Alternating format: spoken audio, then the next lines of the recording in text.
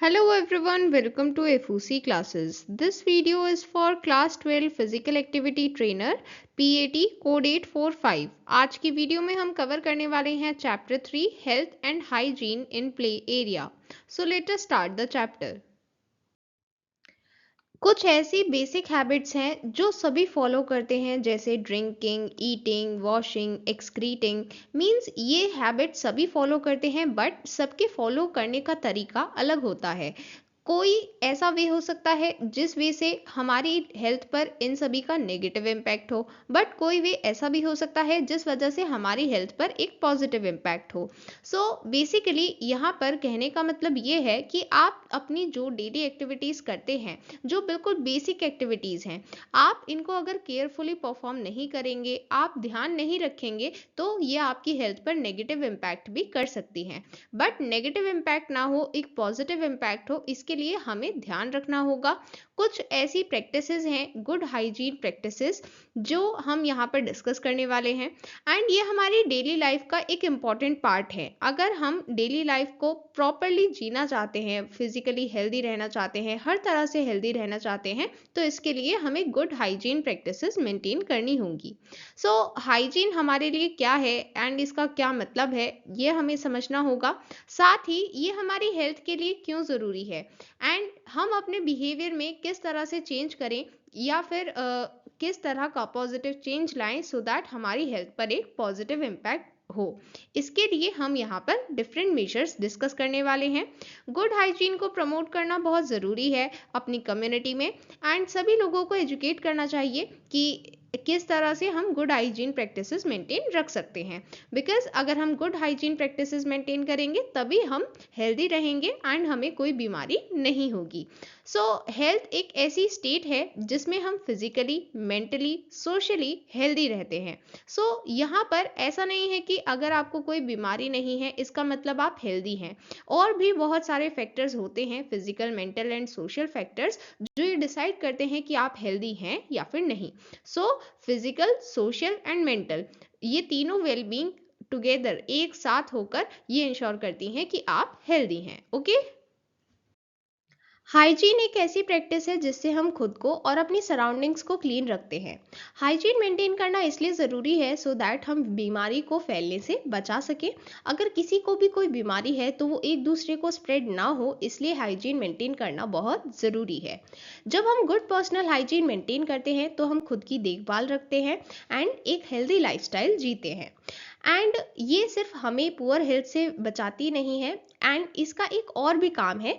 हमें poor health से बचाने के अलावा ये हमें दूसरों की पुअर हेल्थ से भी बचाती है, क्योंकि अगर एक ऐसा पर्सन है जिसकी पर्सनल हैबिट्स इतनी अच्छी नहीं है, हो सकता है कि उस वजह से उसको कोई इलनेस मीन्स बीमारी भी हो, तो ऐसे में उस पर्सन की बीमारी से भी हमें शील्ड मीन्स प्रोटेक्शन देती है गुड पर्सनल हाइजीन. सो इसलिए गुड पर्सनल हाइजीन मेंटेन करना बहुत ज़रूरी है. सो यहाँ पर कुछ general hygiene and sanitation rules given हैं, जो आप बचपन से सीखते आ रहे हैं. आपको घर पर बताया जाता है, आप स्कूल जाते हैं, वहाँ पर भी आपको ये बेसिक हाइजीन रूल्स बताए जाते हैं. जैसे आपको रोज़ बाथ लेना है प्रैक्टिस के बाद. सो बेसिकली यहाँ पर हम क्योंकि फिजिकल एजुकेशन के रिगार्डिंग बात कर रहे हैं, तो हम हर चीज़ उसी के कंटेक्स्ट में डिस्कस करेंगे. जैसे आप प्रैक्टिस करके वापस आए हैं, तो अब उसके बाद आपको बाथ लेनी है सो दैट आप बिल्कुल फ्रेश फील करें. एंड देन आप कोई गेम खेलकर घर आते हैं तो आपको हैंड्स, फेस, फीट सब वॉश करने हैं. आपको अपने क्लोथ्स रेगुलरली चेंज करने हैं. आपको अपने नेल्स रेगुलरली कट करने हैं. एंड कभी भी बेड में डेली क्लोथ्स में नहीं जाना है. मीन्स आपको डेली क्लोथ्स में नहीं सोना है, क्योंकि हो सकता है कि आप डेली क्लोथ्स में ही आप खेल कर आए हैं, तो इसलिए आपको सेम क्लोथ्स में नहीं सोना है. You have to change the clothes. Then आपको फ्रूट्स एंड वेजिटेबल्स बिना धोए नहीं खाने हैं. ओके. सो ये कुछ जनरल हाइजीन रूल्स हैं जो हम बचपन से सीखते आ रहे हैं. Okay. Then next topic, food and drinking supply in play. Hygiene एक इम्पॉर्टेंट पार्ट है स्पोर्ट्स का. जब भी हम कोई भी फूड इनटेक करते हैं, घर पर इनटेक करते हैं, या फिर अगर हम कोई मैच खेल रहे हैं वहाँ पर हमें फूड सर्व होता है, कोई भी फूड है, हमें ये इंश्योर करना है कि वो क्लीन हो, हेल्दी हो, हाइजीनिक हो. अगर हम ये इंश्योर नहीं करते हैं, अगर हमारा फूड अच्छा नहीं है, क्लीन नहीं है, या फिर हमारी हेल्थ के लिए अच्छा नहीं है, हाइजीनिक नहीं है, तो ऐसे में हमें बीमारी हो सकती है उस फूड की वजह से। सो ऐसा बैक्टीरिया हम सभी पर प्रेजेंट होता है जिसकी वजह से फूड पॉइजनिंग होती है। एंड अगर हम खाते टाइम अपनी नोज टच करेंगे, माउथ टच करेंगे या फिर हेयर या फिर क्लोथ्स टच करेंगे, सो ऐसा बैक्टीरिया हमारे फूड के साथ हमारी बॉडी में एंटर कर सकता है, जिस वजह से हमें फूड पॉइजनिंग भी हो सकती है। इसलिए हमें ये तो इंश्योर करना ही है कि हमारा food clean, healthy and hygienic हो। साथ ही हमें ये भी इंश्योर करना है कि हम खुद हाइजीन मेंटेन रख रहे हैं। हम जब खाना खाएं तो किसी और चीज़ को टच ना करें, सो दैट बैक्टीरिया फूड के साथ हमारे अंदर ना चला जाए। ओके। देन नेक्स्ट, एक ऐसे पर्सन के लिए हाइजीन टिप्स जो फूड एंड ड्रिंक सप्लाई करता है। सबसे पहले आपको फूड हैंडल करने से पहले अपने हैंड्स को प्रॉपरली वॉश करना है। एंड जब आप काम कर रहे हैं तब भी आपको फ्रिक्वेंटली वॉश करना है। एंड ड्राई करने के लिए आपको एक क्लीन टॉवल का यूज़ करना है। फूड हैंडलिंग और फूड स्टोरेज एरिया में स्मोकिंग नहीं करनी है, गम च्यू नहीं करनी है, स्पिटिंग नहीं करनी है, खाना नहीं है कुछ। एंड अगर आपकी तबीयत ख़राब है तो आपको छींकना नहीं है, खांसना नहीं है जहाँ पर फूड प्रिपेयर हो रहा है या फिर स्टोर किया जा रहा है। बट अगर फिर भी आप वहाँ प्रेजेंट है तो आपको मास्क का यूज़ करना है। आपकी प्रोटेक्टिव क्लोथिंग क्लीन होनी चाहिए। देन आपको अपने spare clothes and personal items जैसे mobile phones food storage area से अलग रखने हैं। जहाँ पर फूड बन रहा है, प्रिपेयर हो रहा है, स्टोर किया जा रहा है, वहाँ पर आपको अपने पर्सनल आइटम्स नहीं रखने हैं। देन अगर आपके लॉन्ग हेयर हैं तो आप उन्हें कवर कर लें या फिर पीछे बांध लें। देन आपको अपने फिंगर नेल्स शॉर्ट रखने हैं सो दैट वो क्लीन रहे। एंड नेल पॉलिश नहीं रखनी है क्योंकि वो फूड में जा सकती है अगर आप नेल पॉलिश रखेंगे तो। इसलिए आपको नेल पॉलिश भी नहीं रखनी है और फिंगर नेल्स को शॉर्ट रखना है क्लीन रखने के लिए। ओके। देन आपको ज्वेलरी पहनना अवॉइड करना है, या फिर अगर आपको कुछ पहनना ही है तो आप plain banded rings and sleeper earrings पहन सकते हैं। देन आपको सभी कट्स एंड वाउंड्स को प्रॉपरली कवर करना है बैंडेज के साथ। And brightly coloured waterproof bandages recommended होते हैं क्योंकि आपको पानी का भी काम करना है, इसलिए वाटरप्रूफ होने चाहिए।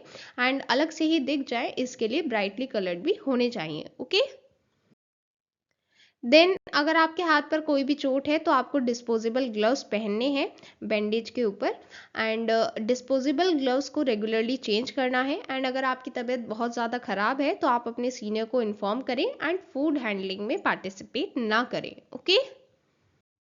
Then proceeding to next topic, kits for games and practice. Play space and play equipment को मेंटेन रखना बहुत ज़रूरी है।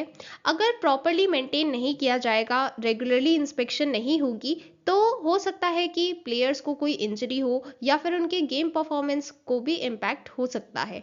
इसलिए ये इंश्योर करना इम्पॉर्टेंट है कि प्ले स्पेस और प्ले इक्विपमेंट रेगुलरली इंस्पेक्ट किए जाएं। एंड ये फ्रीक्वेंसी कितनी होनी चाहिए इंस्पेक्शन की, इसके लिए अलग अलग फैक्टर्स हैं। जैसे उनको कितना यूज़ किया गया है, ओवर यूज़ किया गया है, या फिर वो कितने पुराने इक्विपमेंट्स हैं, उनका क्या मटेरियल है।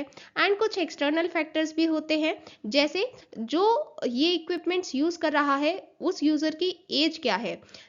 अगर बहुत छोटे बच्चे होंगे तो वो जल्दी अपने इक्विपमेंट्स को तोड़ सकते हैं। देन क्लाइमेट मींस क्लाइमेट कैसा है उसके बेसिस पर भी इक्विपमेंट्स हो सकता है प्रॉपरली मेंटेन ना हो पाए।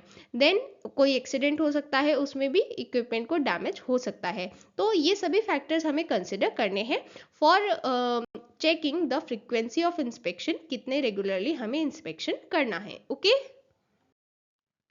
Then there are two types of inspection. सबसे पहले बात करते हैं लो फ्रीक्वेंसी इंस्पेक्शन के बारे में। ऐसी इंस्पेक्शन इतनी ज़्यादा फ्रिक्वेंटली नहीं कराई जाती है, इसलिए इसे कहते हैं लो फ्रीक्वेंसी इंस्पेक्शन। ये 1 ईयर में 2 टाइम्स या फिर 4 टाइम्स कंडक्ट कराई जाती है। लो frequency inspection in depth investigations होती हैं।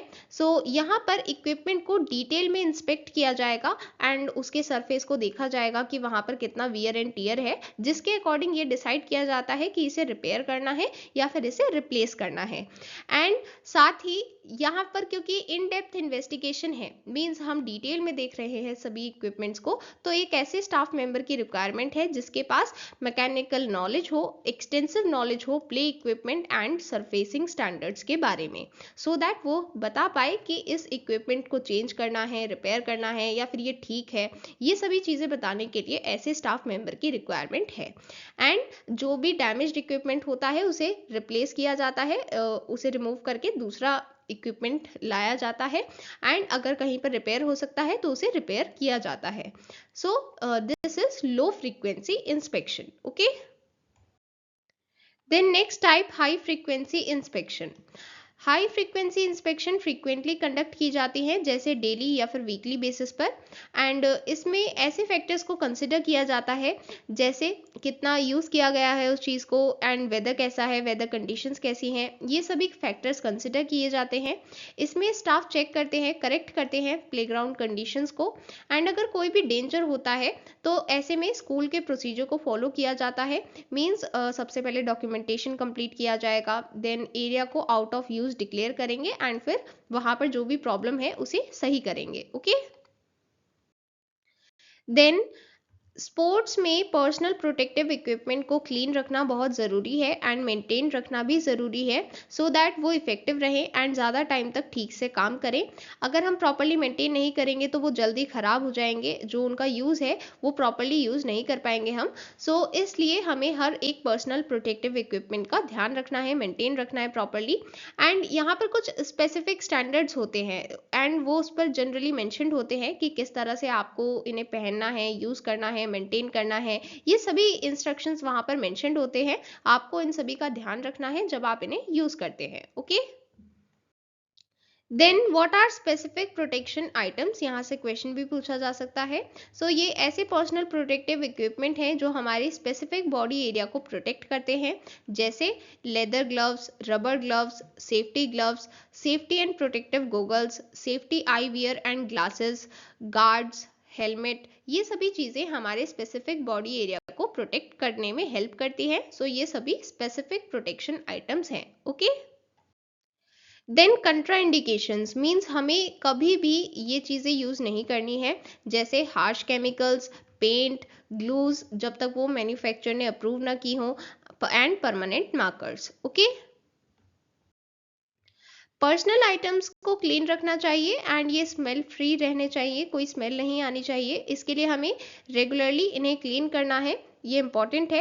एंड हमें इंस्पेक्शन भी करना है कि कहीं पर कोई डैमेज तो नहीं है। सबसे पहले हम विजुअल इंस्पेक्शन करेंगे, मीन्स हम देखेंगे कि कोई क्रैक या फिर कहीं पर कोई होल टियर तो नहीं है, ये सभी चीज़ें हम विजुअली चेक करेंगे।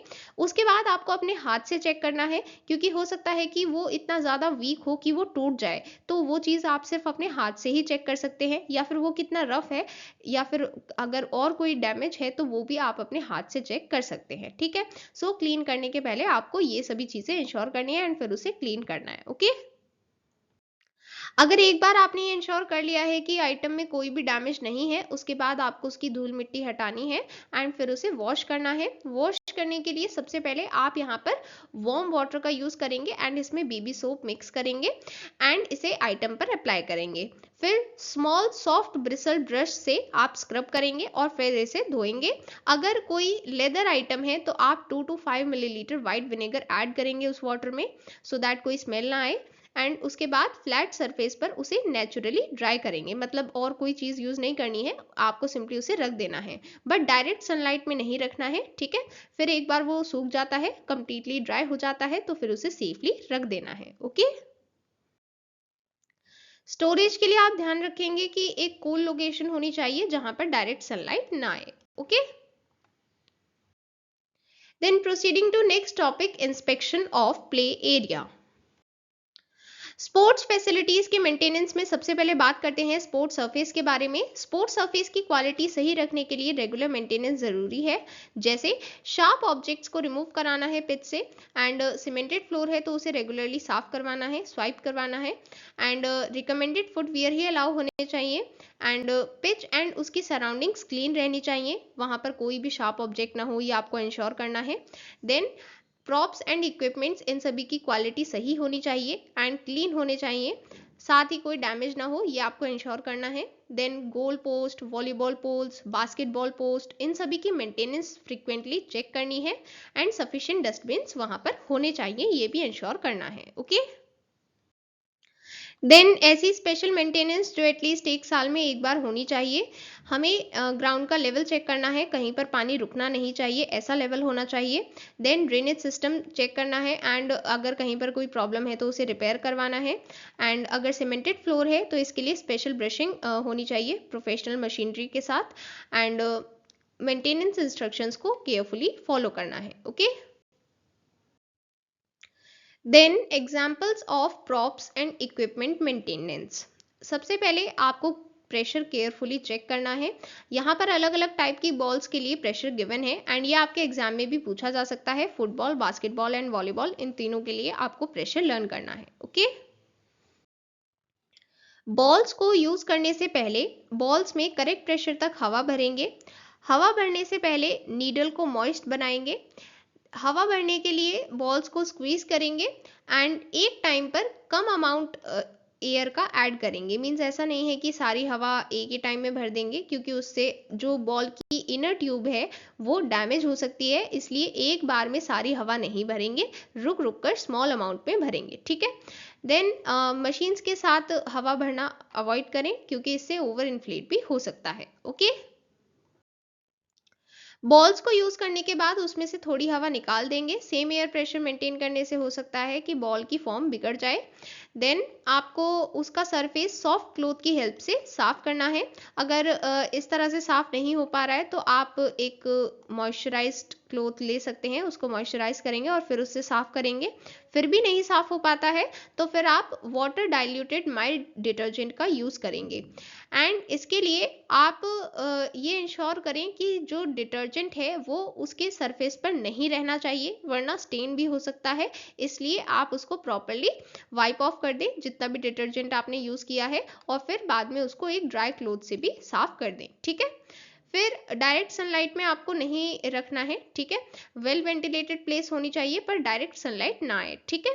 देन अगर बॉल रेन की वजह से गीली हो गई है तो आपको उसे मॉइस्चर से अलग रखना है एंड उसकी डर्ट पहले क्लॉथ से साफ करेंगे और फिर डायरेक्ट सनलाइट से हटाकर कहीं एक वेल वेंटिलेटेड प्लेस में रख दें जहां पर वो अपने आप सूख जाए। ठीक है। डायरेक्ट सनलाइट में नहीं रखना है। ओके।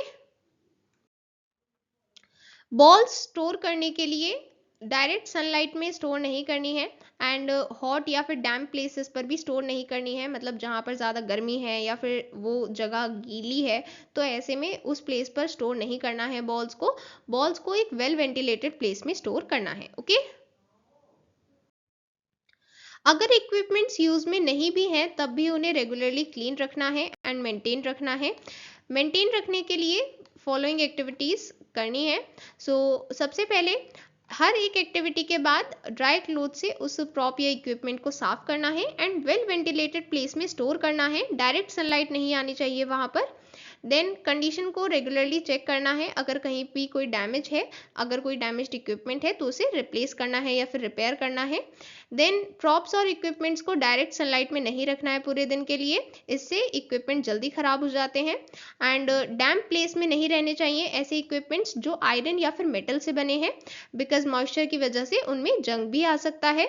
देन अगर लेदर प्रॉप्स एंड इक्विपमेंट्स हैं तो उन पर पानी अप्लाई नहीं करना है and simple dry cloth use करना है क्लीन करने के लिए। ओके।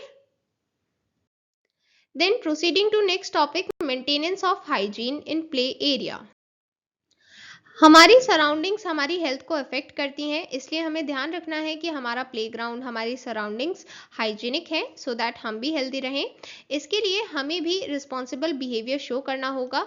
जैसे हमें डस्टबिन में ही कूड़ा फेंकना है, इधर उधर नहीं फेंकना है। एंड अगर डस्टबिन हमारे पास नहीं है तो कोई बैग रखना है जिसमें हम वेस्ट रख सकते हैं।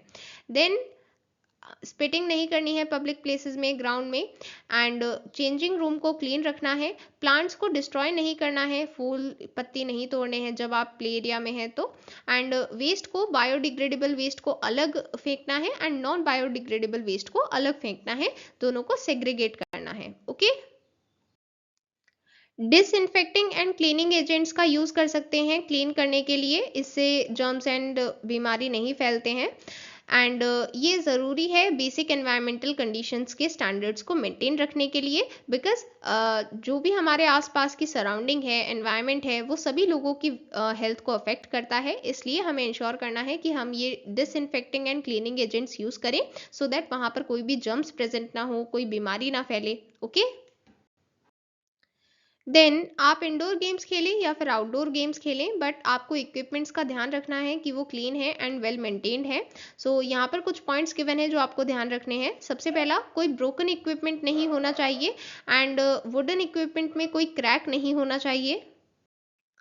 मेटल इक्विपमेंट्स रस्टेड नहीं होने चाहिए। अगर कोई डेंजरस एरिया या लोकेशन है तो बच्चों को उसके बारे में पहले से पता होना चाहिए। प्लेग्राउंड के सरफेस मटेरियल को रेगुलरली मेंटेन करना चाहिए। Okay. Playground equipment durable material के होने चाहिए, सो दैट वो जल्दी टूट फूट ना जाएं, जल्दी खराब ना हो। एंड इक्विपमेंट के सामने फ्री स्पेस होना चाहिए। मींस जहां पर इक्विपमेंट यूज किया जा रहा है वहां पर इतना फ्री स्पेस होना चाहिए कि बच्चे एक दूसरे से ना टकराएं एंड उन्हें चोट ना लगे। देन हमें चेक करना है कि इक्विपमेंट पर कोई ऐसा ऑब्जेक्ट नहीं है, जैसे कोई बोल्ट या फिर कोई शार्प एज, जिसकी वजह से उन्हें यूज करते टाइम उन्हें चोट लग सकती है। ये हमें देखना है, चेक करना है एंड अगर ऐसा है तो उसे ठीक करना है। ओके। देन इक्विपमेंट में कोई ब्रोकन पार्ट नहीं होना चाहिए। अगर प्लास्टिक या वुड के बने हुए हैं तो वीकनिंग का कोई साइन नहीं होना चाहिए, मींस आसानी से टूट जाएं ऐसे ऑब्जेक्ट्स ना हो, ऐसा इक्विपमेंट ना हो। अगर है तो उसे रिप्लेस किया जाना चाहिए। रस्टेड सरफेस नहीं होना चाहिए। एंड अगर प्लेग्राउंड में कोई सैंड पिट है तो उसमें चेक करना है कि कोई डेंजरस ऑब्जेक्ट ना हो, बिकॉज स्टूडेंट अगर वहां पर खेलेंगे तो उन्हें इंजरी हो सकती है अगर कोई डेंजरस ऑब्जेक्ट होगा। इसलिए इसे फ्रिक्वेंटली चेक करना है एंड वहां पर कोई भी डेंजरस ऑब्जेक्ट ना हो, ये इंश्योर करना है। ओके। सो इसी के साथ हमने लास्ट चैप्टर का वन शॉट वीडियो कंप्लीट कर लिया है एंड इसी के साथ आपका फिजिकल एक्टिविटी ट्रेनर का सिलेबस भी कंप्लीट होता है। कंप्लीट प्लेलिस्ट का लिंक डिस्क्रिप्शन में गिवन है, आप चेक कर सकते हैं, जिसमें हमने सैम्पल पेपर भी डिस्कस किया है, जहां पर हमने important topics and important questions को भी डिस्कस किया है। Okay. So that was all for today. Bye everyone.